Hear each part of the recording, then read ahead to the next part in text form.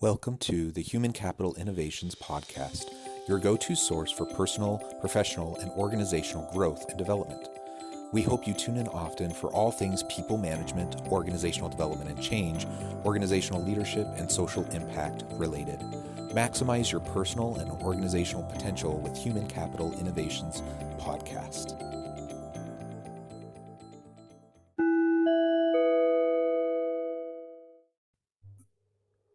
Welcome to the Human Capital Innovations Podcast. In the hyper-competitive fight for top talent, organizations are looking for innovative ways to attract, retain, and engage their employees. In this HCI Podcast episode, I will explore employees' desire to make a difference through their work, and I'll explore leveraging an organization's social impact strategy.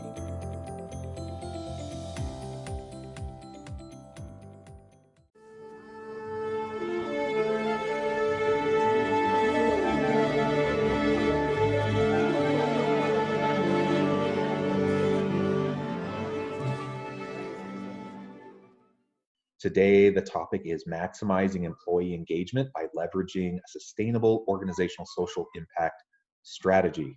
I know that's a mouthful, but we're going to get through it. And I'm really excited about this topic. It's something that I'm very passionate about.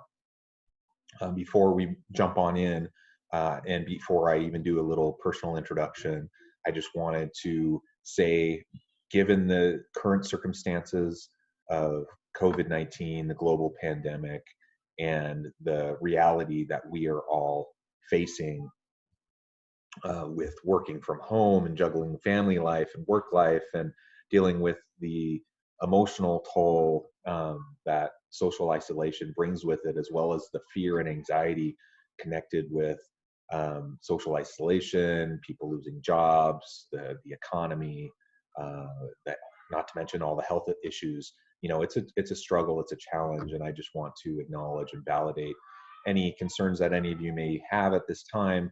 And I hope that your involvement in the webinar will be beneficial, and that it'll help give you hope, and that it'll help to help you feel like you can take control over at least some small aspect of your life. I also, in relation to that, just want to say I do apologize if there's noise that comes from my family. I am, like all of you, working from home. I'm recording this from home.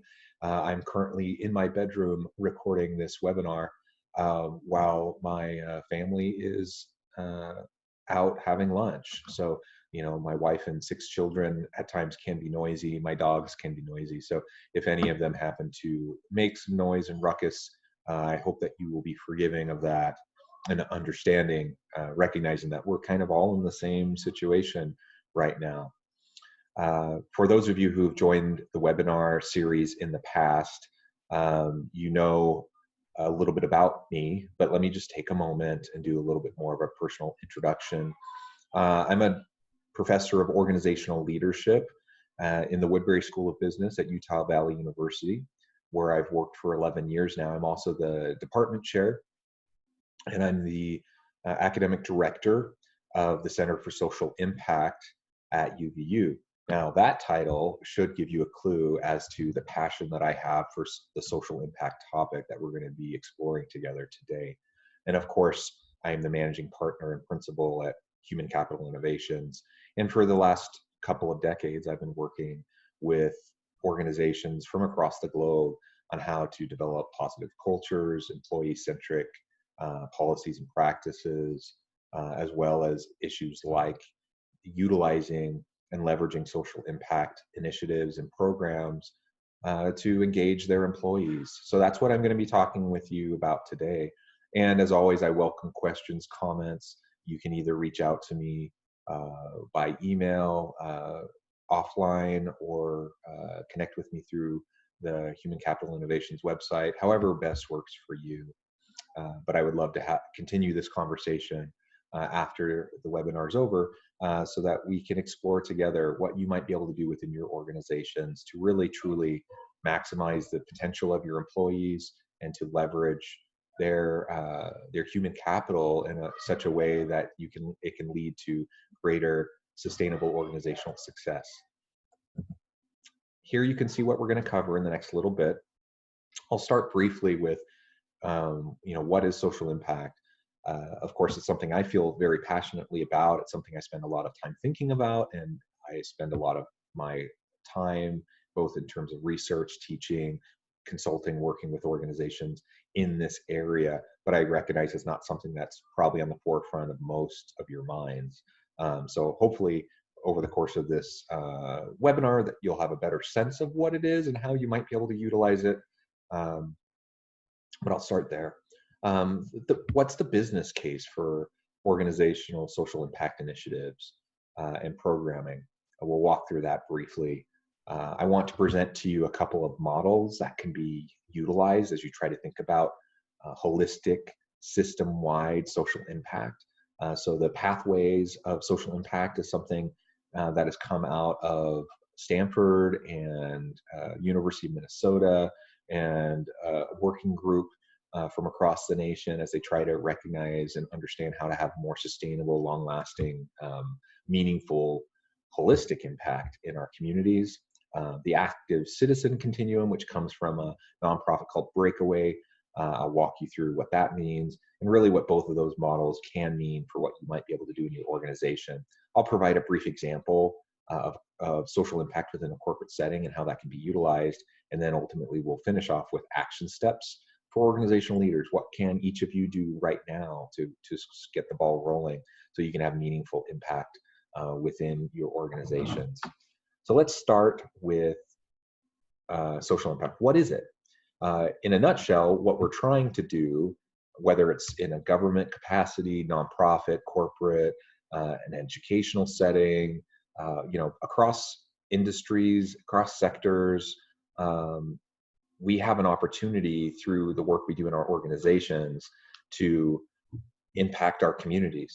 So the question is, are we purposeful and meaningful and strategic in how we go about thinking about that impact?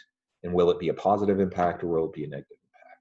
We hear in the news all the time stories of negative impact. In fact, those negative stories tend to get a lot of coverage, right? So you have an oil spill, you have some sort of negative environmental impact that gets covered.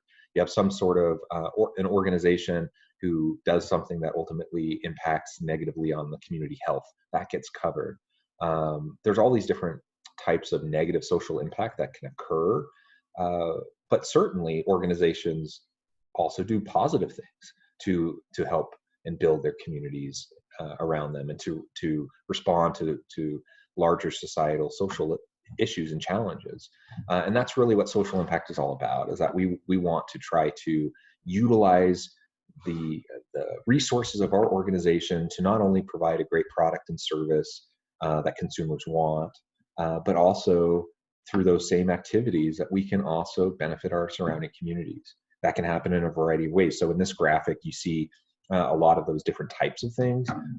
Social entrepreneurship, where you're using business and social and entrepreneurial ideas to further social causes.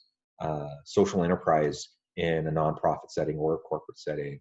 There's all sorts of issues that you can look at: human and civil rights, social impact within the educational sphere, public sector and public policy related work, environmental sustainability, international development.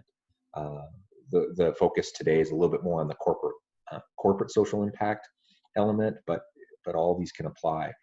The relationship to health, impact investing, so on and so forth. There's so many different ways that this can be implemented, in different ways that it looks. There's no one size fits all, but the bottom line is that we want to try to think strategically about what we're doing within our organizations so that we can help the communities around us and the people that we serve in our organizations. So what's the business case for social impact initiatives?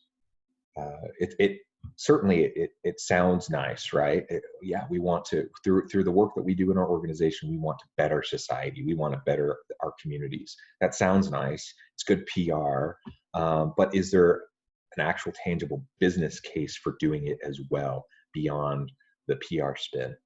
And I think there's a significant amount of research that demonstrates that absolutely yes, there is a clear business case directly going to the bottom line of the organization, that organizations that are more socially minded are more sustainable organizations, and they can see a wide variety of positive outcomes for their organization, including higher profitability. So that's important, right? Organizational leaders need to understand that what they're doing will have an ROI. What, the time and effort that I put into these initiatives will ultimately pay off. It'll make the organization stronger. It will help us represent ourselves better to shareholders and to investors and so forth. Of course, all of that's very important. But I do, before I jump into some of those, I want to really focus on for a moment the importance of being a good corporate citizen. Let's set aside all bottom line elements for a moment. Of course, businesses are in business to make money. Businesses are in business to provide a product and service to the consumer. That's all understood. But businesses also benefit from social infrastructure, public infrastructure. They benefit greatly often through tax breaks, to invite new companies to come into an area. There's a whole wide range of ways that organizations benefit from public infrastructure and from the surrounding community. And so I think it's necessarily vital that we consider the importance of being a good corporate citizen in and of itself, separate from any way that it'll benefit us, but just the fact that we need to be good corporate citizens. In today's world, I think that's more important than it has ever been before. We need to be good corporate citizens. So I hope you'll think about that. I hope you'll think about your organization and what you're doing to be a good corporate citizen, what you're doing as a leader to be a good corporate citizen, and how you're portraying that value to your employees. In and of itself is vital. It's very important. But now that I've said that, there is a really clear business case for doing this as well. It will help your organization. One of the main ways is through increased employee engagement. There's a lot of research. I've done a lot of research myself, but there's others that have done a lot of research on social impact initiatives and how that can help attract and retain great employees. Employees today, they want to feel like their work is making a difference. There's a variety of things they want to get from the workplace experience. They want interesting work. They want to be challenged. They want to have an opportunity to stretch and grow. They want opportunities for promotions. They want to further develop their skills. They want to build meaningful professional relationships, so on and so forth. There's all these things that employees want to do in the workplace. But when we look at the employees of today, particularly millennial and Gen Z workers, they're disproportionately driven by the desire to drive a social good.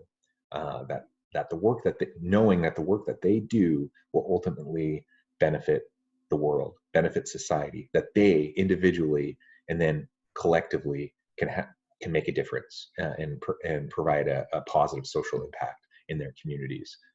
So when we can embed those types of opportunities and experiences within the workplace, within the general scope of the duties of a given worker, obviously they have to do a whole range of things, but if a piece of it can be directly driven towards social impact strategy, you can leverage that in so many ways to enhance the engagement of your employees. And of course, there's tremendous amount of research showing the benefits of employee engagement. More engaged employees stick around, they perform better, they're more innovative, so on and so forth. So the business case for social impact initiatives within a corporation is directly linked to employee engagement. When we engage our employees through social impact efforts, we are helping our business.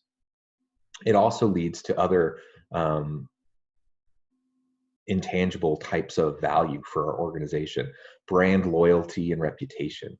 There is a PR spin In the business world, we hear a lot about corporate social responsibility, the triple bottom line, all of these different issues that, at least within the broader community in terms of reputation, are seen as important. And that is absolutely true. So if I want my organization to be seen by the consumers and by the labor market, potential employees, as a socially responsible organization, a socially responsible brand, that will enhance my brand loyalty. The consumers will keep coming back. It'll enhance my public reputation. It'll help me to be able to better sell my products and services and to attract and retain great employees. It's a really attractive organizational culture.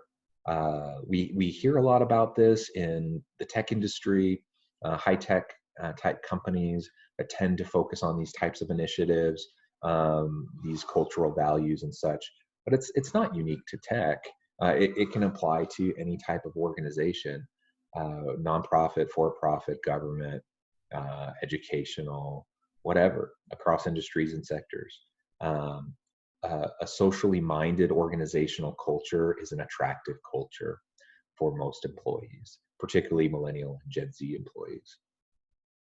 It also helps enhance employee and employer relationships, because when I, as a leader, demonstrate to my employees that I understand what's important to them and that I'm giving them a chance and an opportunity to do a little bit more of what they're passionate about each and every day, when I do that as a leader, I build trust, and I demonstrate to them that I see them, I hear them, I value them, and that I want to leverage their passions to both help the organization and help develop them as a person and help our broader communities. And then there's lots of research that shows that it does things like enhancing, or it increases organizational citizenship behaviors, being a good team player. There's a whole variety of different ways that manifests. Enhancing employee creativity and innovation, which of course is what we all need and want. We all need agile employees and leaders who can adapt to emerging situations and shifting contexts. And that requires a lot of creativity, and we have to think on our feet. We have to be innovative. We need engaged employees to do that, and we can do that better when we tap into those social impact passions that people have. Increased employee organizational commitment. Given the current state of the world economy and the nature of organizations, the shifting psychological contract, many organizations don't show a large amount of commitment and loyalty to their employees, and vice versa. Employees often don't show a lot of commitment to their employer. And so you see a lot of movement, you see a lot of employees jumping ship and moving to other organizations. Some of that's inevitable, right? It's just the nature of the economy we live in, the world we live in today, and the nature of a current economic system. But you can, that's not inevitable. You can have greater levels of organizational commitment. You can demonstrate your commitment to your employees, and you can earn that trust and commitment back from them. And this is one of those ways you can do that. And then it just amplifies employee motivation and performance in so many ways. So it's a very powerful mechanism to do a lot of these really positive elements that have been demonstrated in the academic literature and in the professional, practitioner-oriented research and studies for decades. And as I do my own consulting work and I work with organizations, I've seen firsthand how positive all of these types of initiatives can be, and how these behaviors, values can be enhanced within an organization. Let me talk briefly now about the pathways of social impact. So a few slides back, you saw the graphic of a variety of different ways that social impact might manifest itself. Here is another way of thinking about it. The pathways of social impact, again, comes out of Stanford, University of Minnesota, and a working group of like-minded individuals from across the country who basically were trying to understand how can we better benefit our communities, and recognizing that kind of old models tended to focus in a more limited way, failing to see a more holistic picture of how we might address really complex social problems.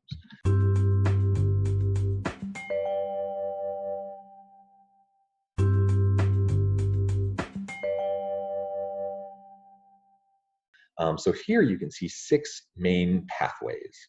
Now we could divide these up into, we could parse this out even further and have more categories, but 6 is a good number to help us wrap our minds around the general idea of like all the different elements systematically that we would need to think about to respond to a social issue.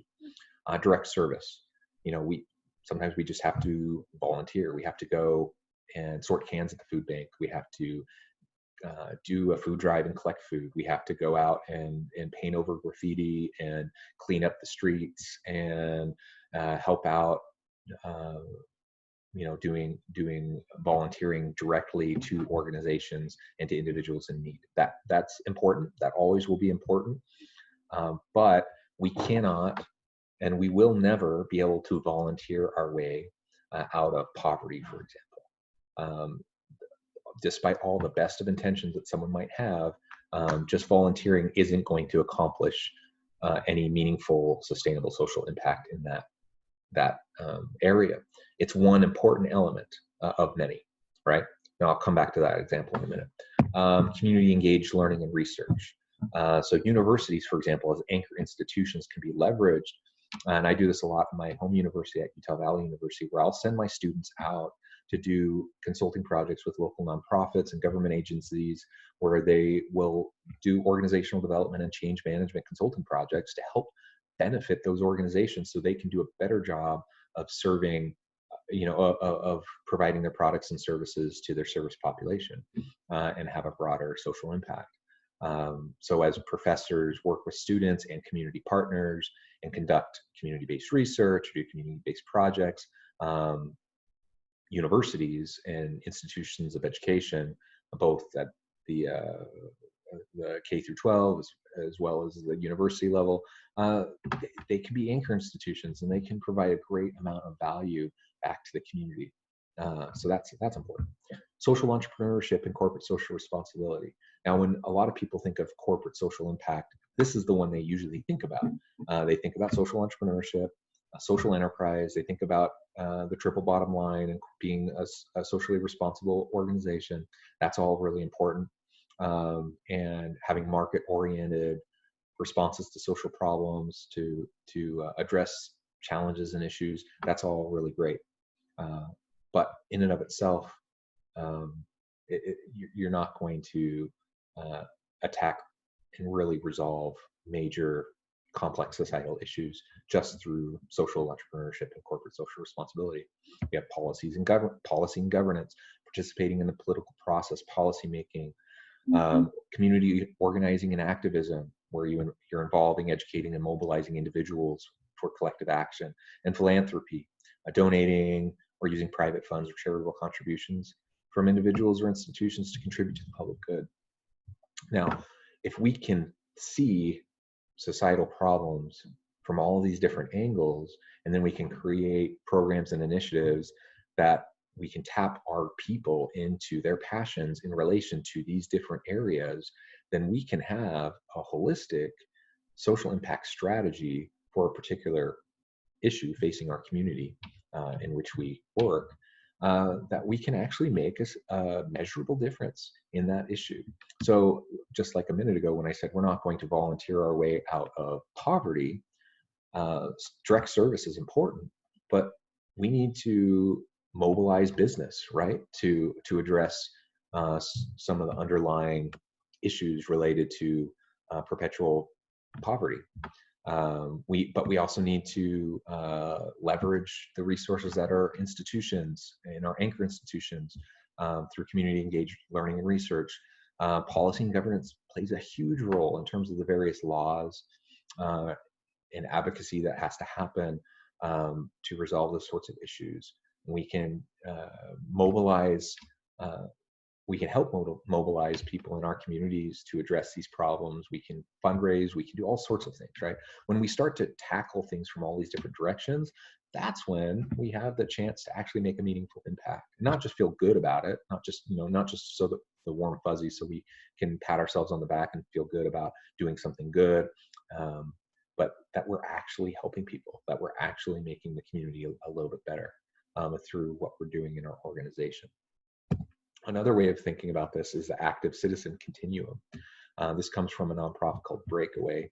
It's a very simple process, but the idea is that people come to the social impact space with different background, with different experience, with different expertise.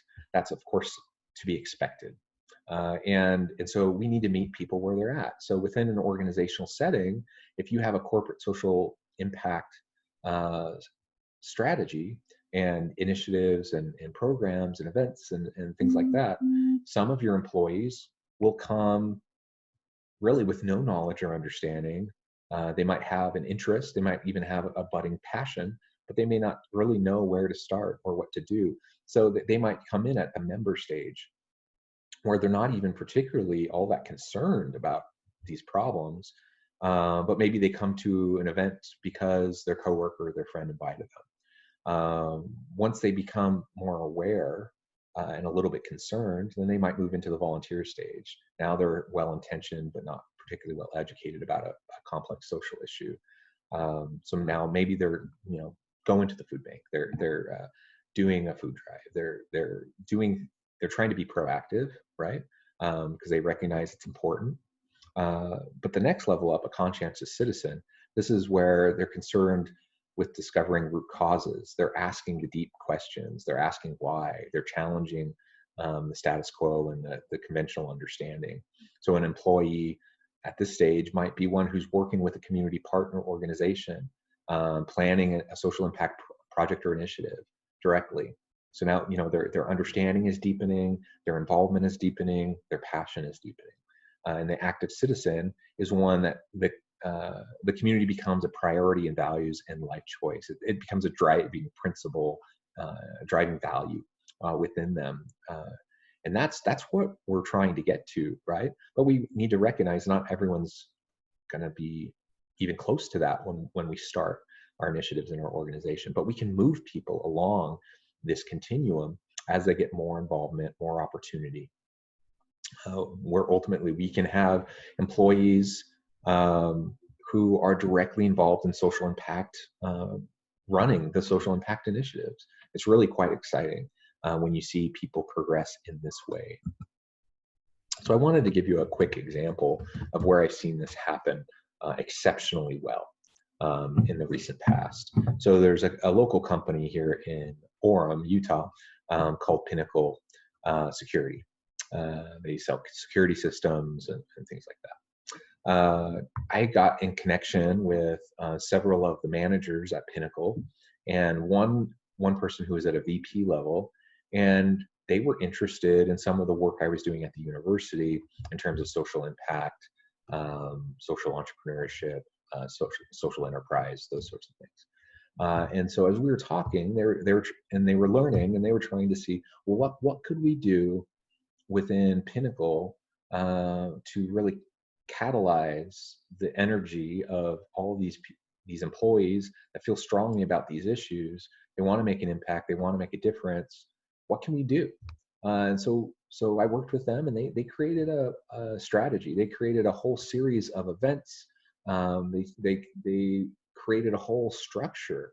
In fact, creating a philanthropic arm of Pinnacle called Pinnacle Securing Hope.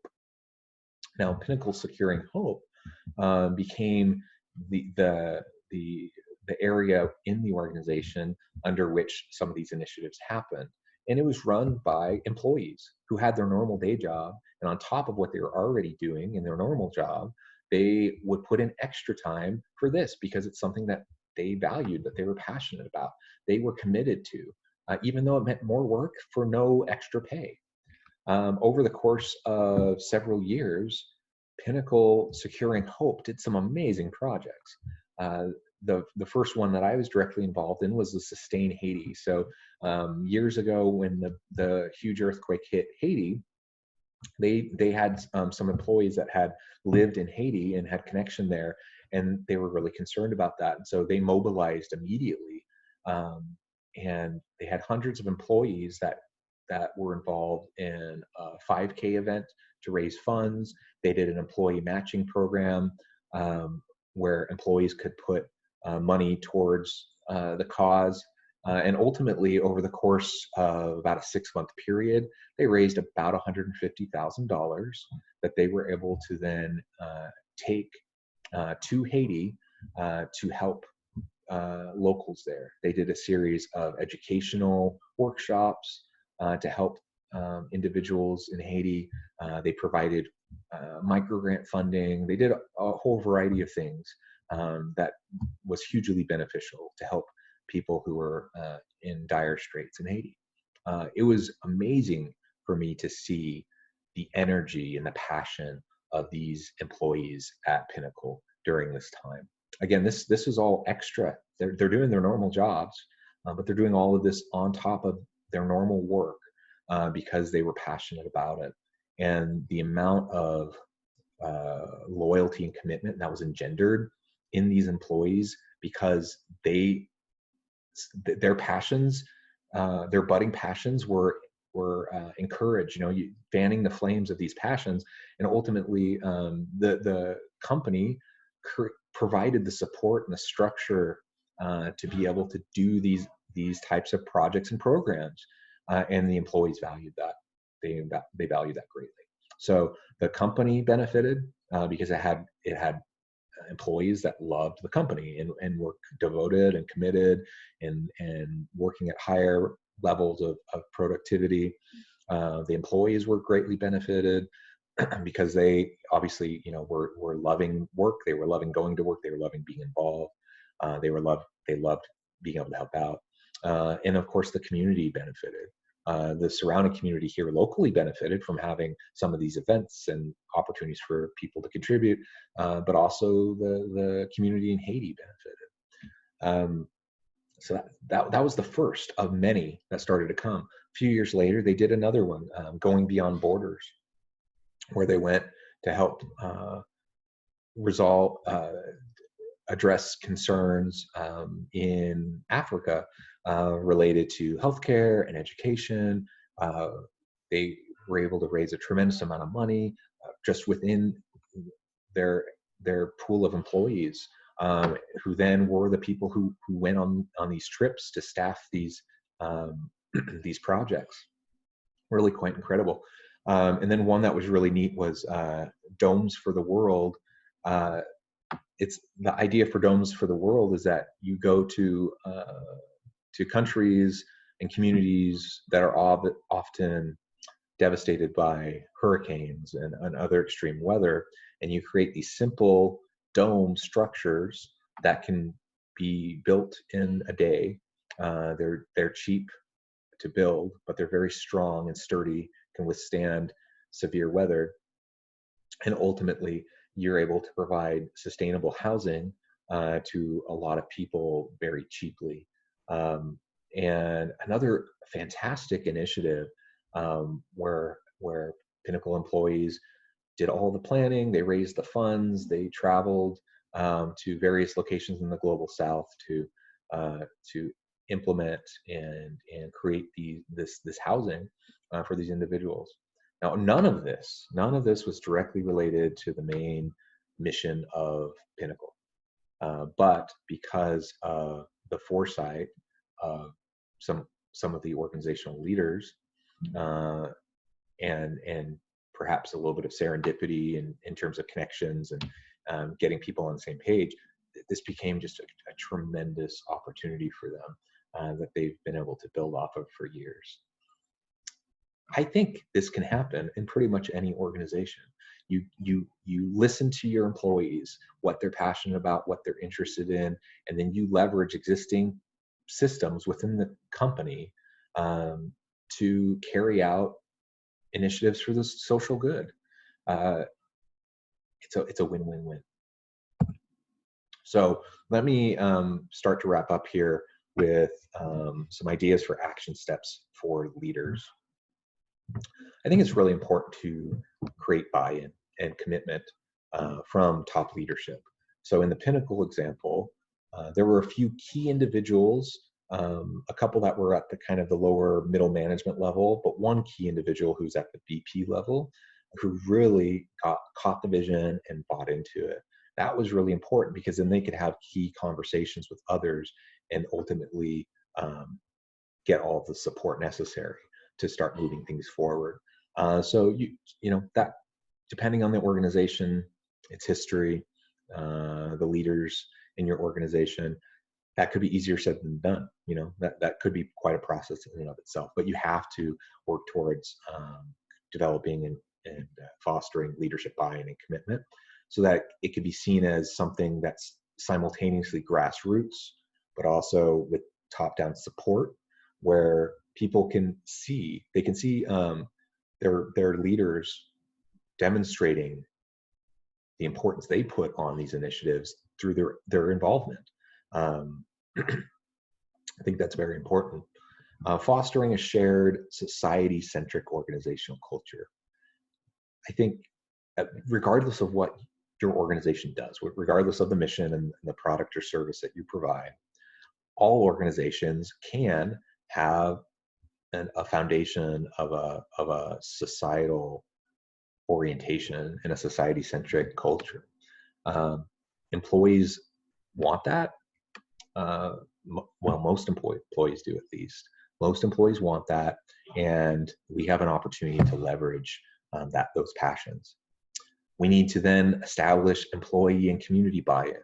So it's not just enough for leaders to say that it's important, but they have to start helping the employees understand the value and the importance and the opportunity that's there. But then you also have to connect with the community. And you have to be able to address real problems, real challenges, not just perceived problems, not just things that, you know, we're sitting around thinking, oh, I really think we should solve this problem, but talking with the community, those people who serve in the nonprofits, those people that are addressed on the front lines of addressing societal issues day in and day out. Talk to those people. That's really important. You can involve key employee and community representatives in the decision-making and planning process. So it doesn't just have to be the C-suite executives. You can have a task force of people from across the organizational hierarchy, but it's also important that you make sure that you involve the community in that process.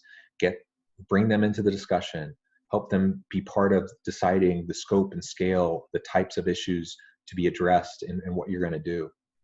Start an organization-wide employee, community partner, social impact educational initiative. So you're going to have to help some employees understand what all of this means and what you're trying to accomplish. You're also going to have to help people in the community understand what you're doing and what you're trying to accomplish and how they fit into it. So having a comprehensive plan in place and then implementing that kind of an educational initiative, and having some key passionate employees behind those educational initiatives is going to be really important. Listen to the community partner organizations' living expertise. I see this all the time at the university. You know, I'm a professor. You know, I have a PhD. I do a lot of research.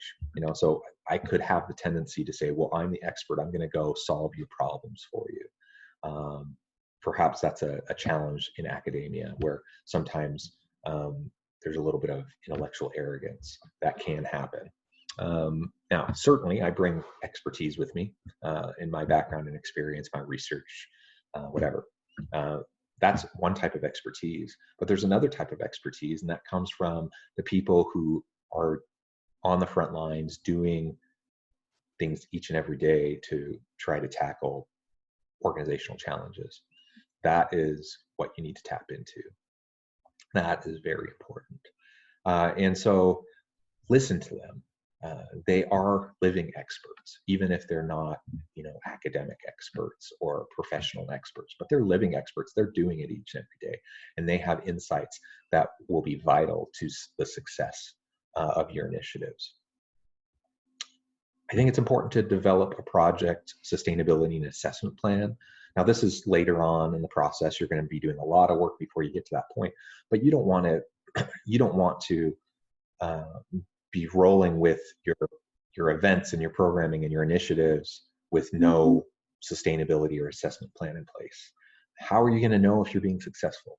How are you going to make sure that this can gain momentum and then maintain momentum over time, so that it's not like this huge push of energy for 6 months and a year, and then things just start to die down and it just fades and goes away? What mechanisms are you going to put in place to make sure that it becomes sustainable? What are you going to put in place in terms of the metrics that need to be measured? How are you going to assess success? What needs to happen? Okay, you want to put that plan in place. You also then want to find opportunities to celebrate, share what you have accomplished and what you learned. Some things will go well, some things won't go well, right? We're going to learn through the process and learn from your mistakes and improve, but you also need to celebrate, because there's going to be some amazing things that you're going to be able to accomplish through your work in trying to benefit the broader community. And then finally, this is not necessarily an action step, but it's a general foundational principle of do no harm. We're trying to create positive social impact through catalyzing the efforts of our employees and the resources of our organization. That's important, positive social impact. But just because we have good intentions doesn't mean we're going to have good results. So we need to be very intentional. We have to try to think about unintended consequences. In part, that happens as we listen to living experts on the ground in the communities, listening to them, listening to their experiences. And then we need to ensure that we're not harming, despite our best intentions, that we're actually going to be benefiting. That we can avoid, we can't be perfect, and we're not going to avoid all missteps, but that we can avoid some of the major pitfalls that can occur. And we can do that if we're thoughtful, if we are strategic, and if we put time in advance into how we're approaching things.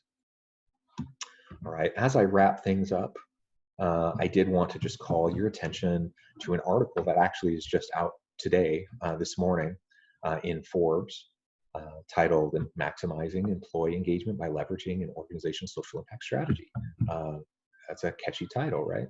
Now, I had planned to do this webinar on this topic several months ago when I scheduled it, before I had written this article, before it had been accepted to be published in Forbes.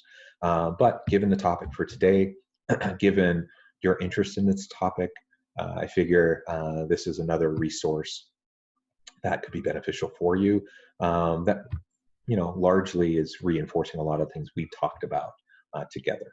But I hope you'll take a look at that and let me know when you have any thoughts or questions. As I wrap things up, I just want to reiterate that I would love to continue this discussion with any of you. I'm very passionate about the social impact work. Of course, I do a lot of work in the HR and people management world, in leadership, organizational development, change management, all these different issues. And there's certainly overlap. And if you think of it in terms of a Venn diagram, there's opportunities for, leveraging leadership and change management and organizational development to also enhance people operations and drive a broader social impact, positive social impact to drive, positive societal outcomes. That's how I view it. I feel like these are not individual isolated elements, but they all go together. That's my passion. That's what I want to help organizations do. That's what I want. I want to help organizations help their surrounding communities be a better corporate citizen, engage their employees, so they can attract and retain the best people and really, really leverage their capacities.